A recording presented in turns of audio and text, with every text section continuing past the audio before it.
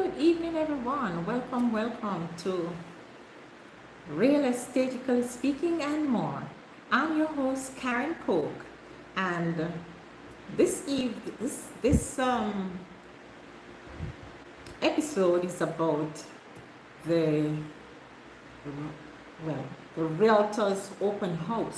So I would like to give my audience a chance to log on and to reach out to me and to um,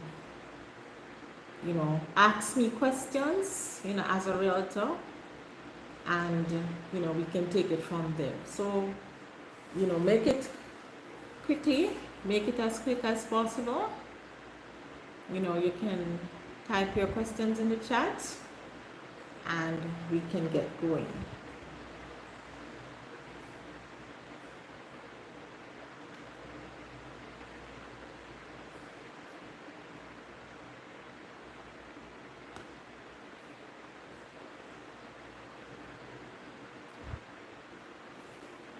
I would like to read us a quote. Real estate is an imperishable asset, ever increasing in value. It is the most solid security that human ingenuity has devised. It is the basis of all security and about the only indestructible security. Okay? And just goes to show that you can't go wrong with real estate. It is real property, real asset. Can't go wrong when you invest in real estate. Some people may have to start where you can. I always say that, start where you can. So some people are waiting for the right location, and they're waiting to get a raise in salary and all of that. That may never happen. And so you just have to start where you are at. So if it's a case wherein you can get your mortgage loan from your financial institution, be it NHT or any of the other financial houses, make sure that you take advantage of that, because we may never ever be able to save enough money to buy a property, and that is what persons need to understand. The fastest way to earn wealth is when we acquire real estate, because real estate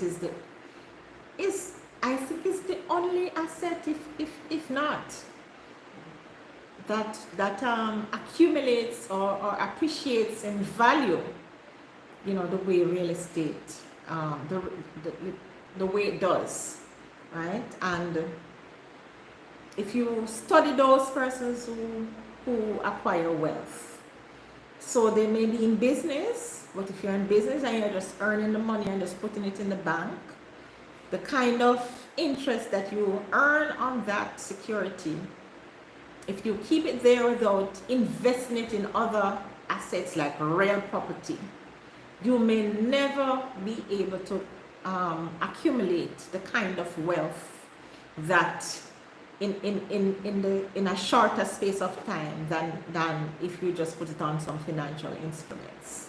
So always remember, it is always wise that even as you keep some of your assets or your cash on instruments that can be easily converted to real funds or to liquidity, you must invest in real estate. All right, so of course you won't necessarily see the money, but you can get up-to-date valuation on your properties from time to time to have an idea of the value of the property. So those are my few tips for tonight, and I'm inviting anyone who has a question. If you do have a question, please go right ahead and field your question to me. I want us to interact with me so that I can be of assistance to you and I can share with you before we end this session. So I'm seeing someone online. Would you care to send me a question just now?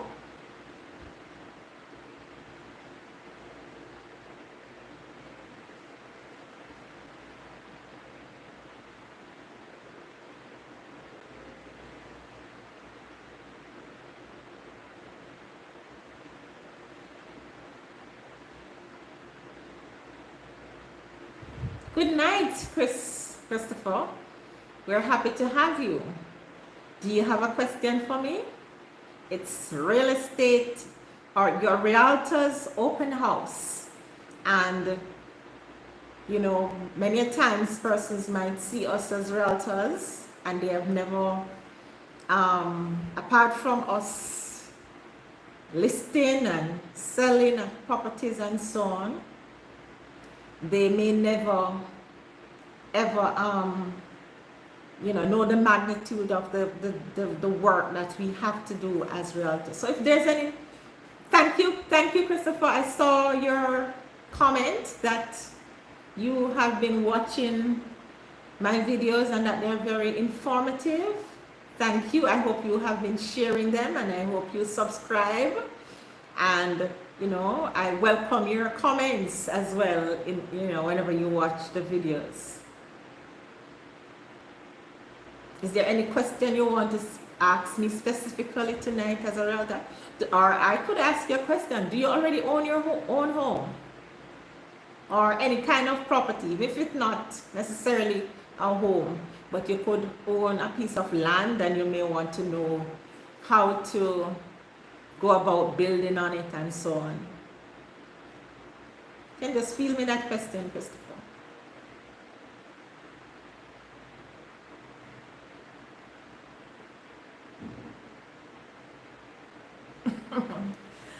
Okay, very interesting question, Christopher. I tell you, my day can be as long as I'm a late sleeper, so I'll sleep up to I wake up at 6:30 and wake up back for the news at 7, do my devotions and whatever other preliminaries I need to get done before I get started, like anytime after 9-10 in the morning. And my day can go up to as long as 1 o'clock in the morning, the next day. Yes, you may be wondering how comes. There are times when I may have to respond to email, respond to my WhatsApp messages, because of course I have prospects who may want to rent somewhere, prospects who may want to buy somewhere, and they need to be guided as to what to do and so on. So, or they're inquiring about a property and I have to respond. Also, I may have scheduled viewings, or I may have scheduled an appointment with someone who wishes to list their property. So, it's a mixture of duties. I may need to upload some properties as well, and I may need to be in a meeting. I may need to be a part of a seminar. So as I said, there is my day can be several different activities. Yes, I ensure that my day is productive. So I work from home most of the times, when if I don't have to go to do any showing, I just stay home and do my administrative work. Yeah. So, you know, it's a very interesting career, as I would, you know, it's a very interesting and involved career, you know. It's never a dull moment for me.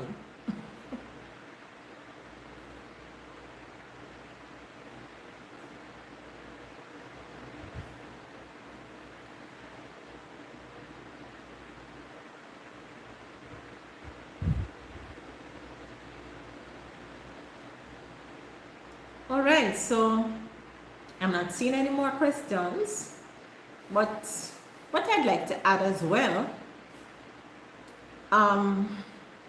just another tip that I'd like to give before I go. Persons, so we may have vendors out there who want to wish to sell their property, or they may have inherited properties, and you know, they're thinking that, you know, they can just list the property for sale or just call on a realtor to say, come and list this property for me. No, it doesn't go like that. I would have to ask some pertinent questions like,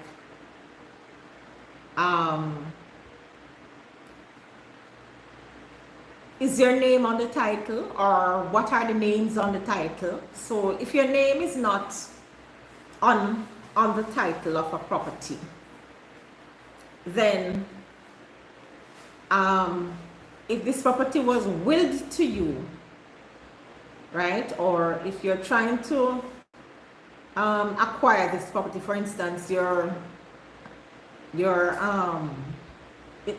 family member, could be your parents, may have died intestate, and what that means is that they died without making a will. So you would have to have that property administered on. So you'd have to go through, you know, the administrator general to have that property properly and duly transferred over to the closest next of kin. All right, so that is for the ones that a property that was not there was no will for. So if there's a will, it also has to go through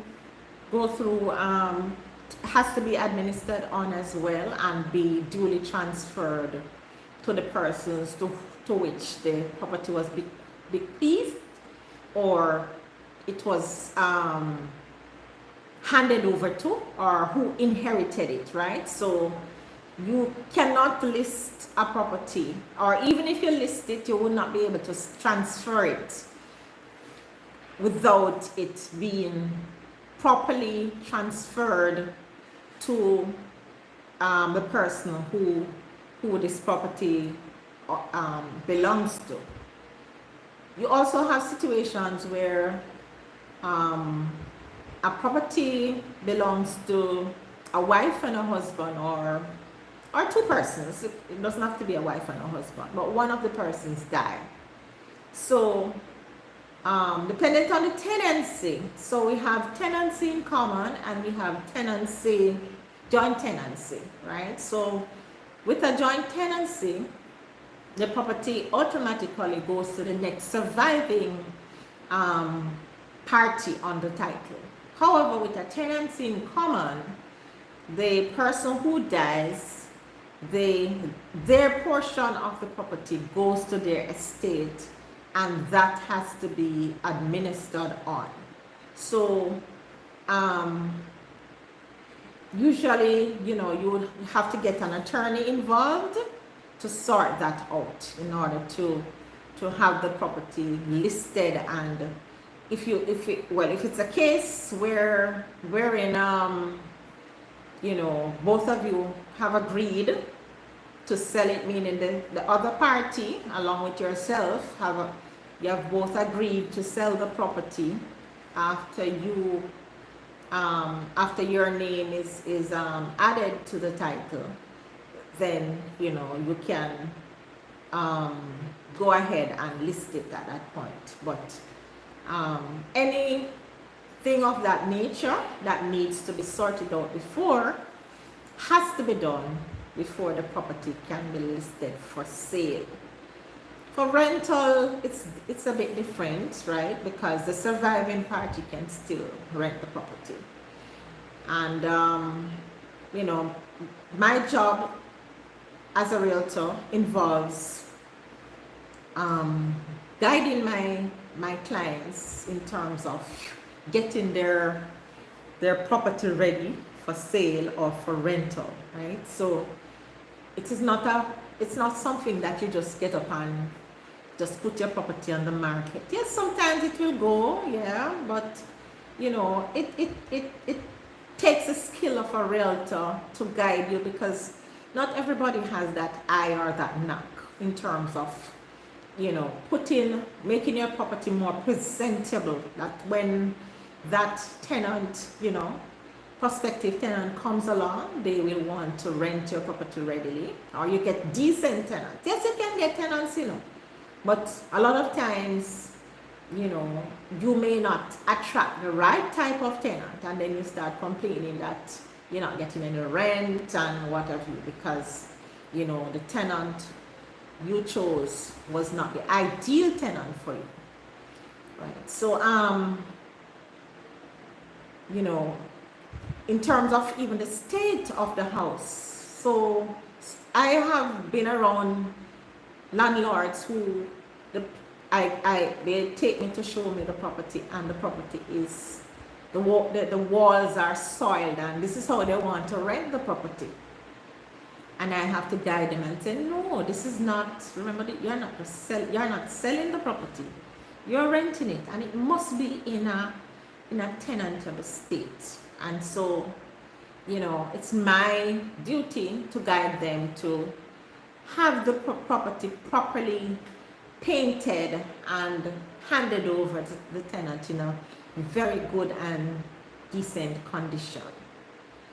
All right, so those are a few of my duties that I perform, among others. So I'll just end it here for tonight, and you know, another time we can go into more things. Thank you for having me. Have a blessed night, have a blessed week and safe weekend. I'm praying and hoping that we are not affected by this by the impending hurricane that is out there.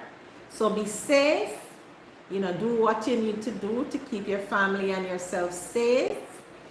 And we just let us continue to pray for the other islands, you know, because one of the islands today, you know, the hurricane, they were battered by the hurricane, so we have to pray one for the other. Thanks again. Have a blessed weekend.